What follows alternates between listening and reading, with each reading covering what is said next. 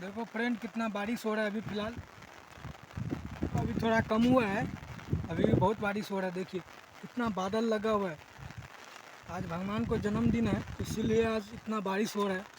क्योंकि अक्सर भगवान तो बारिश के समय ही नाइट को जन्म लिया था, तो उसी कारण से आज बारिश तो होना बनता है फ्रेंड।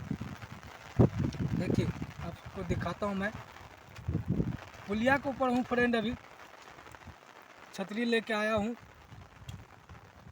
सभी और बारिश ही बारिश नज़र आएगा फ्रेंड, कहीं भी साफ नहीं है बादल। देखिए भूती बलान में कितना पानी है फ्रेंड, आप सब देख सकते हो।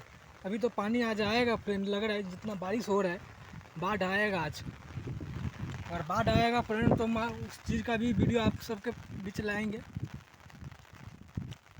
बहुत ज़्यादा बारिश हो रहा है फ्रेंड आज। देखो कितना आसमान पूरा भरा पड़ा है फ्रेंड बादल से।